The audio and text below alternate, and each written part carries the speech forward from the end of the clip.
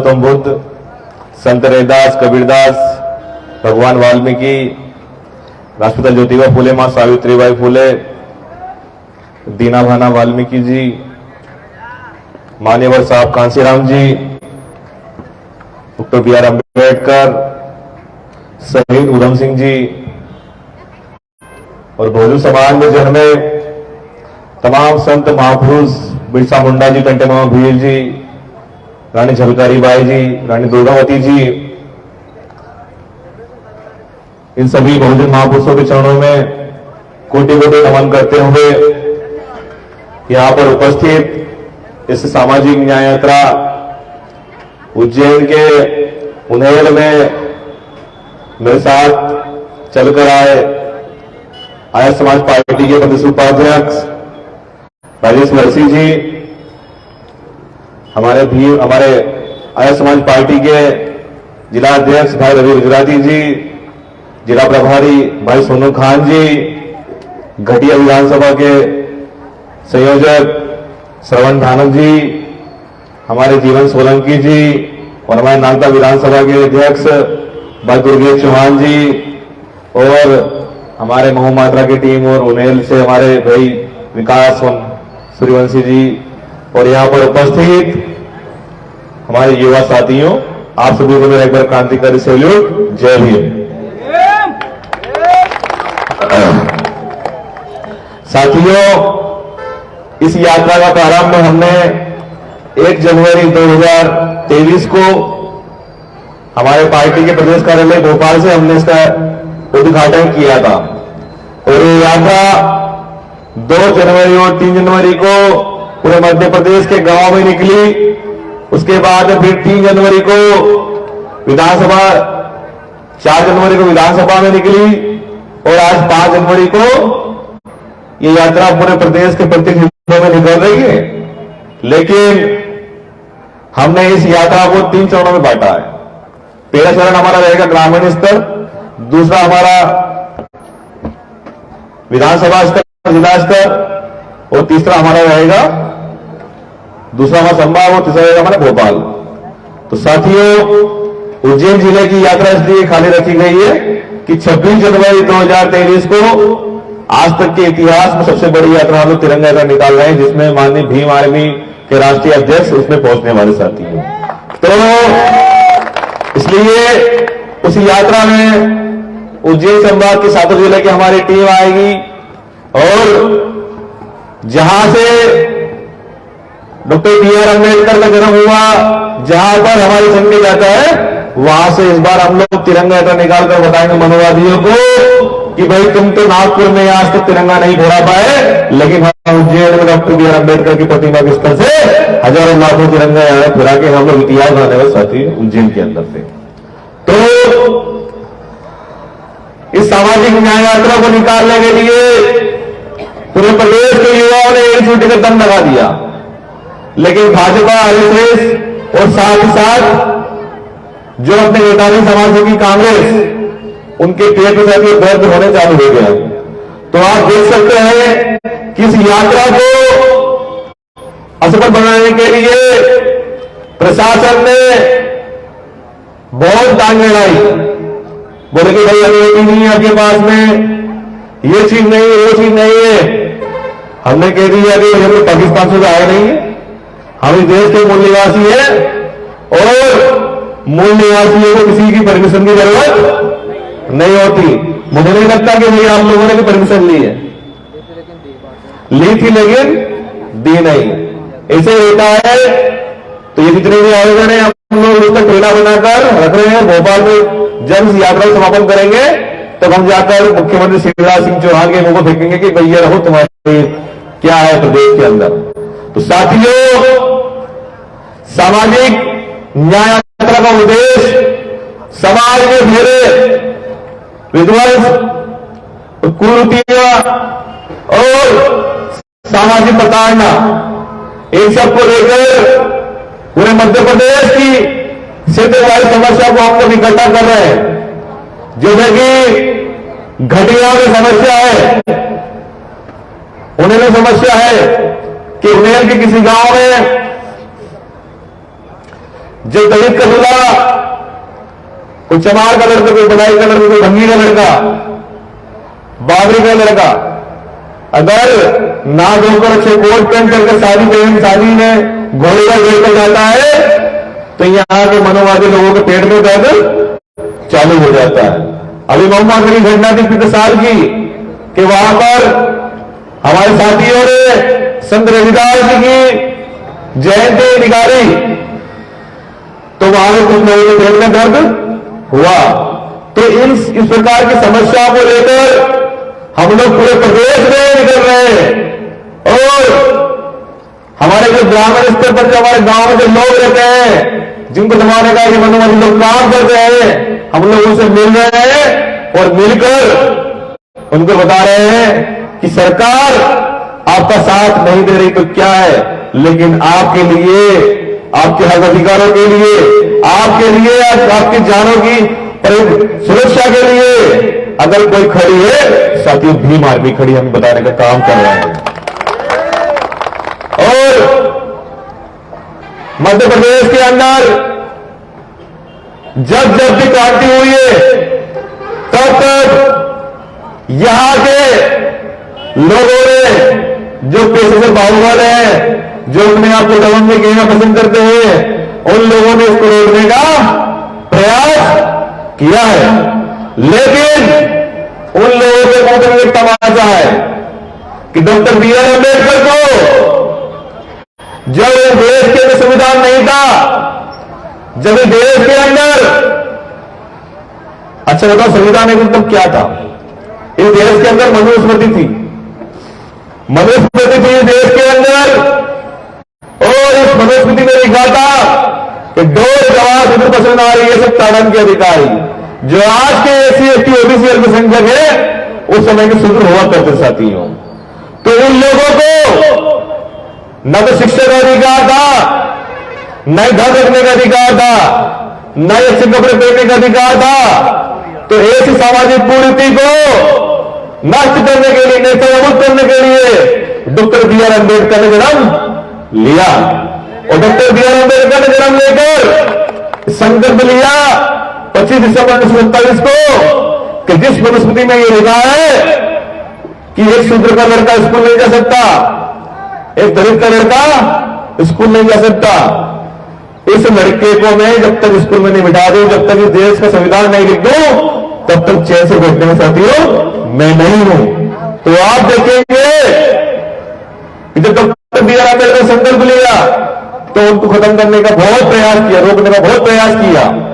यहां तक कि कुछ बड़ा नेता ये तक कह दिया था कि डॉक्टर बी.आर. अम्बेडकर तुम्हारे लिए हमने दरवाजे तो क्या, हमने संसद का दरवाजे तो क्या, हमने संसद की खिड़कियां भी बंद कर रखी है। तो मैं कहना चाहता हूं उन लोगों को कि जो हमारे बाप को नहीं रोक सके वो हमें कभी सती रोक नहीं सकते। और आज की धरती से कहना चाहता हूं मैं कि जो हमारे बाप को नहीं रोक सके वो हमें नहीं रोकेंगे, और ये हमें भी रोकने का प्रयास करेंगे तो हम रुकने वाले नहीं हैं। और जिस प्रकार से अम्बेडकर के उद्देश्य को पूरा करने के लिए हम लड़ रहे हैं, उसी प्रकार से हमारी आने वाली पीढ़ी भी हमारे अधिकारों के लिए साथी अपने प्राणों की आहुति देने के लिए तैयार रहने वाले साथी हैं। तो इस चीजों से इन्हें अब लग गया है कि दलित समाज, आदिवासी समाज और पिछड़ा वर्ग इतना विवेकशील, इतना बुद्धिमान कैसे हुआ?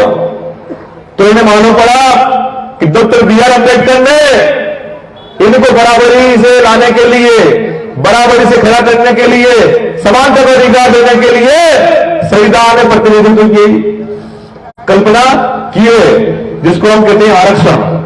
और मैंने सुना है कि भोपाल के अंदर रैली होने वाली है आरक्षण के खिलाफ। तो साथी ये इलाज मान लीजिए कि आप निकालो आरक्षण को खत्म करने के लिए, हम निकालेंगे आरक्षण को बचाने के लिए भोपाल के अंदर रैली साथी। और इतिहास उतारे देख लेना इस देश का कि जब इस देश का भविष्य समाज एक हुआ है तब तक हमने क्रांति साथियों की है। चाहे वो आजादी की लड़ाई हो, चाहे हमारे इंटरसिटी एक्ट की लड़ाई हो, हमने 2 अप्रैल के दिन पूरे भारत देश में दिखा दिया कि हमारा समाज कितना बड़ा साथियों। तो आप लोग तैयारी कीजिए, 26 जनवरी को हम लोग लाखों संख्या में इकट्ठा होकर विशाल तिरंगा का निकालेंगे और वहां पर हमारे राष्ट्रीय अध्यक्ष आने वाले उसके बाद में हम लोग 12 फरवरी 2023 को संत रविदास जयंती के उपलक्ष्य में हम लोग आरक्षण के समर्थन में भोपाल को नीला करने का साथियों हम लोग काम करेंगे। साथियों, अब भीम आर्मी समाज की लड़ाई लड़ रही है और राजनीतिक लड़ाई हमारी कौन लड़ रही है? आजाद समाज पार्टी। जिस समाज को गुलाम रहने का काम किया भाई चंद्रशेखर आजाद जी, भाई वीर सिंह जी और हमारे मध्य प्रदेश में हमारे बेरेसिया जी और हमारे आजाद समाज पार्टी की पूरी टीम और विशेष करके हमारे उज्जैन जिले के संभाग के हमारे वसु जी, गुलाटी जी, सोनू भाई जी, श्रवण दावत जी और भी हमारे बहुत सारे साथी हैं। ये लोग साथियों आपके हक अधिकारों को बचाने की लड़ाई लड़ रहे हैं। आप सोचिए कि इस ठंड में लोग घर से बाहर नहीं निकल रहे हैं, लेकिन साथियों इन लोगों ने पिछले 4 दिनों से गांव-गांव जाकर गांव की समस्या सुनी है और गांव की समस्या सुनी तो समस्या में पाया है कि किसी गांव के अंदर कागजों में रोड बन गया है, किसी गांव के अंदर अगर नल लग गया है तो पानी नहीं है, किसी गांव के अंदर एक दलित समाज के व्यक्ति को प्रधानमंत्री आवास तो मिल गया है लेकिन साथियों उसको घर आज तक नहीं मिला है। तो मैं सैल्यूट करता हूं सारे योद्धाओं को कि आप सरकार को उसका आईना दिखाने का काम कर रहे हैं। नहीं तो कुछ लोग तो जो अपने आप को राजा महाराजा कहने का काम करते थे उस सरकार के डर से सरकार की गोदी में बैठने सके उन्होंने काम किया कि सारे विधायक बिकाऊ करके ले गए। तो सैल्यूट करता हूं साथियों को कि जो इस दौर के अंदर भाजपा सरकार की तानाशाही गुंडे दबंगे के विरुद्ध न डर रहे हैं न पीछे हट रहे हैं और आगे कर रहे हैं अपना सीना। तो साथियों ये दौर है क्रांति का, अगर हम लोग आज पीछे हट गए तो मैं कह देना चाहता हूं आपसे कि आपकी आने वाली पीढ़ी आप लिख के रखने गुलाम बनने वाले सत्य गुलाम कैसे बनेगी? अब ये सवाल खड़ा होता है, गुलाम ऐसे बनेगी कि आप सरकारी जो व्यवस्था बनाई थी बाबा साहब डॉक्टर अम्बेडकर ने कि अगर उमेर के अंदर नगर पालिका में अगर 5 पोस्ट निकलेगी, 5 पद निकलेंगे वैकेंसियों के, तो उसमें से भाई 1 पद एससी का होगा, 1 पद एसटी का होगा, 1 पद ओबीसी का होगा और बाकी के पद मेरिट से होंगे। लेकिन ये भाजपा सरकार और तानाशाही शिवराज सिंह चौहान इस चीज को खत्म करने का प्रयास कर रहे हैं, उनको खत्म कर दिया है और देश के अंदर उन्होंने निजीकरण का एक ढांचा बना लिया है और निजीकरण को लाकर आपकी आश को खत्म करने सभी लोगों ने काम करने का एक लोग काम कर रहे हैं। तो हमें इस सरकार को बताना है कि आप चीज बोल रहे हैं कि जो संविधान के खिलाफ होगा वो हमारे भी खिलाफ होगा और हमारा ये नारा शुरू से है कि जो संविधान की बात करेगा वही देश पे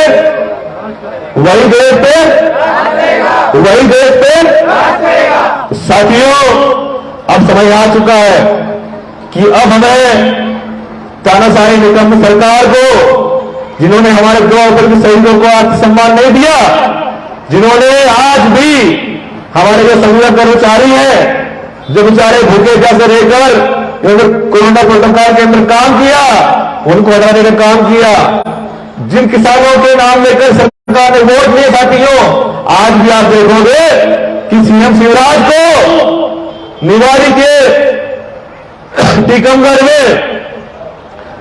जिले में जब सीएम शिवराज सिंह जाते हैं तो वहां पर उनको ठंडी चाय पिला दी जाती है। तो जिस एमपीएम ने ठंडी चाय पिलाई थी अगले दिन उस एमपीएम को सस्पेंड कर दिया जाता है। और आप देख सकते हैं कि इस कड़क की ठंड में इस शीतलहर में हमारे किसान भाई रात में जाकर साथियों खेत पर सिंचाई करने का काम कर रहे हैं। तो हमने अभी परसों दिन हमने भोपाल में प्रेस कॉन्फ्रेंस करके बताया कि सीएम शिवराज सिंह चौहान आपको ठंडी चाय मिलने पर कष्ट होता है, लेकिन इस देश के अन्नदाता को रात में भरी ठंड में सिंचाई करना पड़ रही है। तो हमने कहा कि इनकी जो बिजली की व्यवस्था है उसके टाइम टेबल को चेंज करके इनके बिजली के टाइम को दिन में किया जाए, ताकि वो लोग दिन में आराम से खेत की सिंचाई कर सके साथियों। तो और भी बहुत सारी समस्या है कि हमारे सफाई कर्मचारी नगर पालिका में बहुत सारे सफाई कर्मचारी काम कर रहे हैं, उनको कलेक्टर रेट पर उनको वेतन नहीं दिया जा रहा है, उनको संविदा पेटेंट पर उनको वेतन दिया जा रहा है साथियों। तो इस प्रकार की जो चीजें हैं हमने नोट की हैं और लगभग इस प्रदेश के अंदर सरकारी स्कूलों को खत्म करने का काम किया जा रहा है।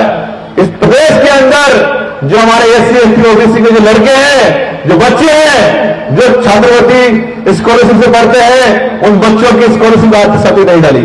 मुझे लगता है बहुत सारे यहाँ स्टूडेंट बैठे हैं, बताओ सही बोल रहा हूं मैं, आज छात्रवृत्ति आई कि नहीं आई?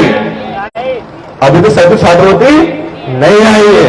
और लगभग बाबा साहब डॉक्टर बी आर अम्बेडकर ने कहा था कि हमारे समाज के लोग गांव में रहकर अच्छी पढ़ाई नहीं कर सकते, तो उन्होंने हॉस्टल की व्यवस्था बनाई। तो आज इस भाजपा सरकार और शिवराज सिंह चौहान द्वारा साथियों हॉस्टल बंद करने का काम किया जा रहा है। तो इस प्रकार की लगभग 20 से 25 मांगों को लेकर हम लोग पूरे प्रदेश में घूम रहे हैं और हमने संकल्प ले लिया है कि जब तक सीएम शिवराज सिंह चौहान को पोस्ट नहीं हटा देते तब तक हम लोग सभी चैन से बैठने वाले नहीं है। और यहां पर कुछ सीआईडी के लोग हो तो वो भी बात को नोट कर ले कि आज तो तुमने हमारे लोगों को परमिशन नहीं दिए, लेकिन वो दिन दूर नहीं कि जब श्रवण भानुक जैसे, रवि दुधाती जैसे हमारे जो योद्धा हैं इस घटिया विधानसभा में आने समय विधायक करेंगे, तब फिर मुझसे कहना कि आपके विधायक जी हमारी फाइल पर साइन नहीं कर सकती हो।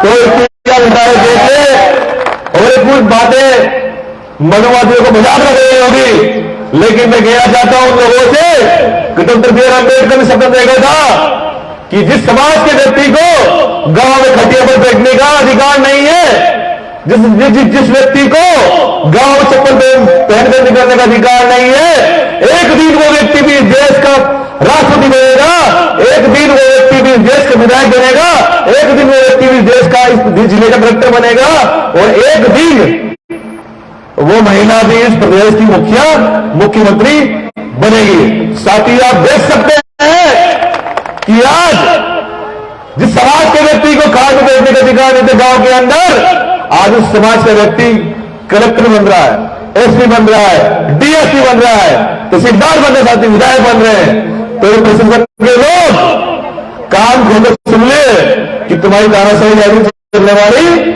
नहीं है। हम लोग अगर हमारी तानाशाही पर उतर आए तो इतनी होता है, देख लो कि हमने 7 समुद्र पार जाकर जंगल डाल को भी गोली से मारकर छीन छीन कर दिया था। हमने भीमा कोरेगांव सुना आप लोगों ने? भीमा कोरेगांव पता आपको इतिहास क्या है उसका? पता है कि नहीं बताओ मुझे? अच्छा ये कितने लोगों को पता नहीं है? आप लोग बेझिझक हाल बताओ कि कितने लोग पता नहीं है? साथियों इस देश के अंदर जब पेशवाई थी, जब यहां पर वर्ण व्यवस्था थी, जब देश के अंदर संविधान लागू नहीं था, तब इस देश के अंदर मनुस्मृति लागू थी। तब मनुस्मृति में यह लिखा था कि 2 गवाह सूत्र वसुंधारी ये सब तालन के अधिकारी। तब उस समय में पेशवाई थी, और पेशवाई राज में महाराष्ट्र के भीमा पुणे में, पुणे के अंदर पेशवाओं ने एक कानून निकाला। उस कानून में नाम दिया कि भाई यहां के शूद्रों को अगर ये कई गांव में जाते हैं, शहर में जाते हैं, तो इनको गले में हांडी और कमर में झाड़ू बांधकर जाना पड़ेगा, ताकि इनके पैरों के निशान, और अगर इनको छोड़ना है तो हांडी में थूक दे, क्योंकि इनके पैरों के निशान से और इनकी परछाई से हमारा धर्म भ्रष्ट होता है। तो हमारे सिंह समाज के जो महार थे, उन महारों ने संकल्प लिया और उन्होंने पेशवाओं से बोला कि भाई ये कानून आपने गलत निकाला है, इस कानून को आप वापस ले लीजिए। तो साथियों, पेशवा नहीं माने इस चीज को।